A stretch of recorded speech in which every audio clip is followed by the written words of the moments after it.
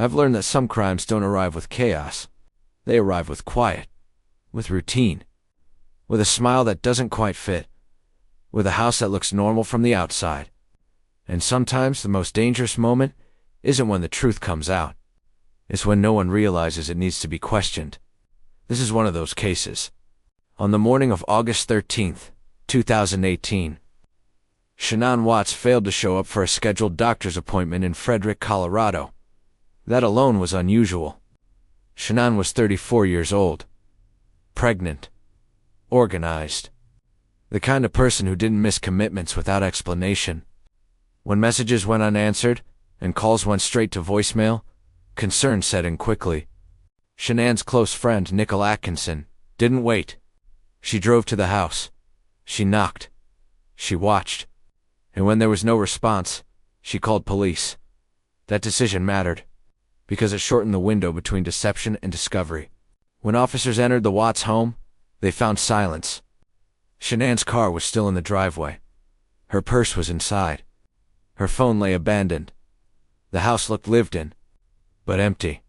Also missing were Shanann's two daughters, Bella, 4 years old, Celeste, just 3. At that point, this wasn't just a missing adult, it was a family emergency. Standing nearby was Shanann's husband, Christopher Lee Watts. Chris Watts, soft-spoken, polite, seemingly cooperative in every way that mattered on the surface. He answered questions calmly. He didn't argue. He didn't resist. He told police he had no idea where his family was. He said they had argued the night before, that Shanann was upset, that she had taken the girls and left the house. He said he went to work like any other day. On paper, his story sounded reasonable. Arguments happen. People leave to cool off. Mornings still come, even after hard nights. But investigators don't just listen to words. They watch behavior. Chris didn't show urgency. He didn't press for updates. He didn't demand action. He didn't seem consumed by not knowing where his children were. Instead, he waited. He stood quietly while others searched. He watched as police moved through the house. He answered questions without emotion rising or falling. That kind of calm isn't proof of guilt, but in context it stood out. There was no visible panic, no frantic pacing, no repeated checking of his phone, no urgency in his voice when he talked about his daughters. What investigators saw wasn't grief. It was detachment. His body language told a different story than his words. He avoided eye contact at key moments. His explanation stayed rehearsed, almost practiced. He focused on details that didn't matter, while overlooking the ones that did. And when asked about Shanann and the girls, his responses stayed flat. Not confused, not overwhelmed, just distant. Experienced investigators are trained to notice that gap, the space between what someone says and how they act. Because when a person's words sound right, but their behavior doesn't match the situation, it raises a quiet alarm. Not a conclusion, but a question. In Chris Watts's case, that question lingered. Why wasn't he afraid? Why wasn't he desperate? Why did a man claiming his entire family had vanished seem so emotionally untouched by it? Those questions didn't accuse him, but they stayed with investigators, and as the case unfolded, they would prove impossible to ignore. Chris didn't pace. He didn't interrupt. He didn't demand action. Instead, he waited, and investigators noticed. Within hours, Chris appeared on local television. He stood in front of cameras and asked for his family to come home. He smiled nervously. He spoke calmly. He said the house felt empty without them, but grief didn't show up the way people expected. To experienced investigators, that matters. Not because there's one correct way to grieve, but because Chris showed something else instead. Detachment. As the investigation progressed, police asked Chris to take a polygraph test. He agreed, and he failed. Badly. That failure didn't prove guilt on its own, but it opened doors. And what investigators found behind those doors changed everything. Chris Watts was having an affair with a coworker named Nicole Kessinger. At first glance, it might look like a common story. A troubled marriage, a new relationship, a man looking for connection. But this wasn't casual. It wasn't impulsive. And it wasn't just physical.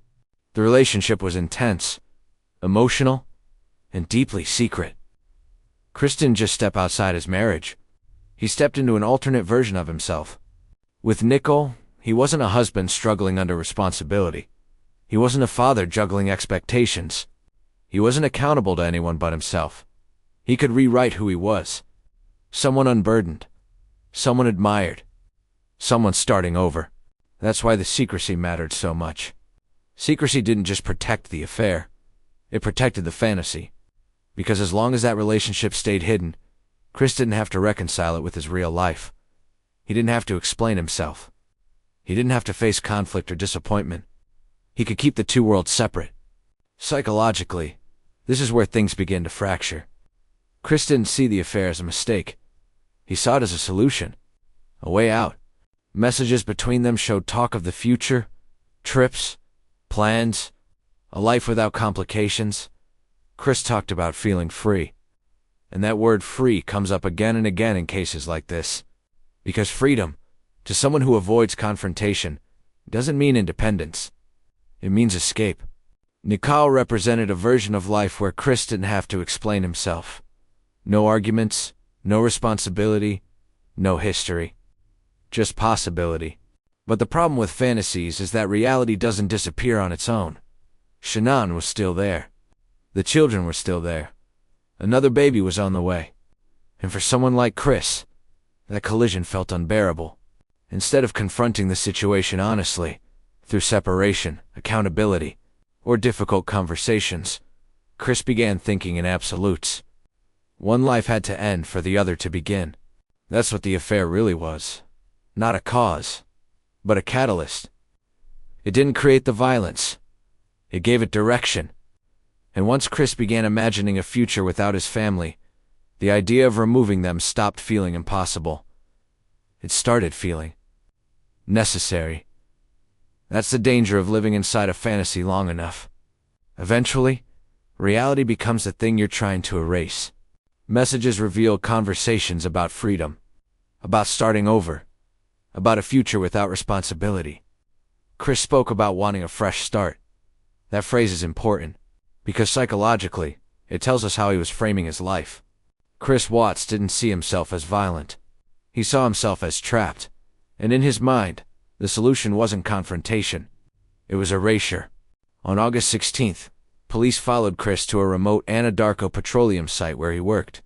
There, they found Shanann, buried in a shallow grave. She was still pregnant. Her unborn son Nico was buried with her. Nearby stood large oil tanks. Inside them, investigators found Bella and Celeste. That discovery ended all ambiguity. This wasn't an accident. This wasn't loss of control. It was deliberate. Chris eventually confessed. But even then, the truth came in pieces. He said he strangled Shanann after an argument about separation. Later evidence suggested something more calculated. Chris admitted that after killing his wife, he loaded her body into his truck, and then he drove away, with his daughter still alive in the back seat. Psychologically, this is where the case becomes especially difficult to sit with. Because this wasn't a moment of rage. It was a process. Bella and Celeste rode with him to the oil site. They trusted him. They asked questions. They waited.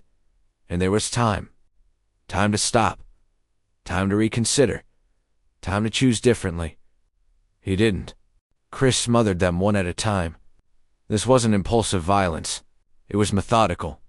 So how does someone do this? That's the question people ask. And the answer isn't simple. But psychology offers some insight.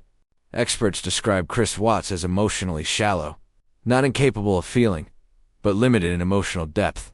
He avoided conflict, avoided confrontation, avoided discomfort.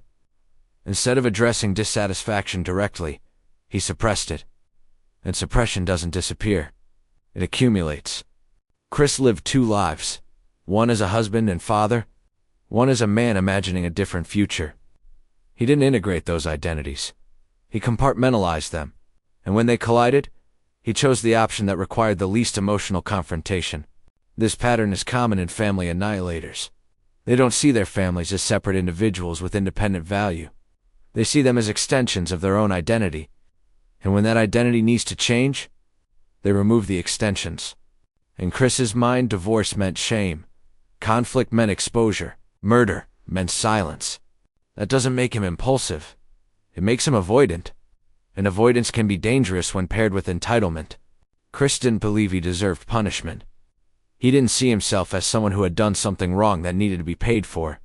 He believed he deserved relief. Relief from responsibility. Relief from conflict. Relief from a life that no longer matched the version of himself he wanted to be. That belief shaped every decision he made. Psychologically, that tells us a great deal. Because when someone frames their situation that way, morality becomes secondary. Right and wrong stop being questions. The only question left is what brings the fastest escape from discomfort. Chris didn't view consequences as something that applied to him. He viewed them as obstacles. And obstacles in his mind were meant to be removed. He didn't see divorce as an option. Divorce meant confrontation.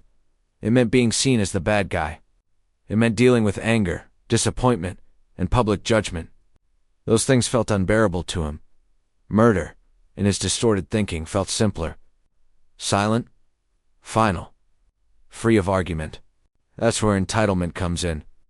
Chris believed his happiness mattered more than the lives connected to it. Not because he was constantly cruel or aggressive, but because he lacked the emotional depth required to fully grasp the permanence of what he was taking. He thought in terms of outcomes, not impact. Relief became the goal. And once relief becomes the goal, anything standing in the way starts to feel unreasonable.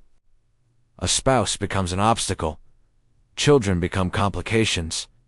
Reality itself becomes something to erase. This kind of thinking doesn't come from explosive anger. It comes from avoidance.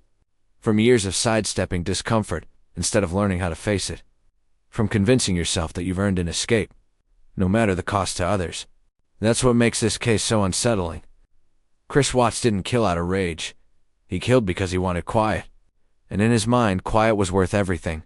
In November of 2018, Chris Watts entered a plea deal.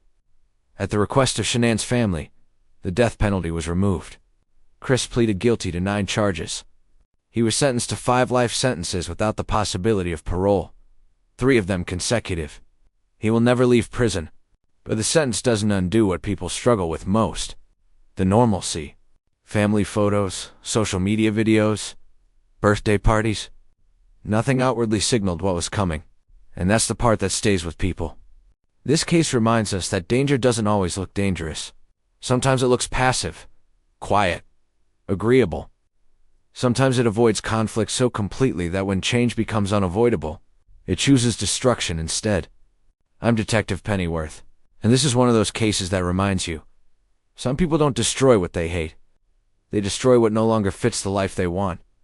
And when that happens, the warning signs are often subtle, until it's already too late. If you want to stay with these stories and the truths behind them, you could subscribe to the channel. We'll keep telling the cases that don't come with comfort, but still deserve to be understood.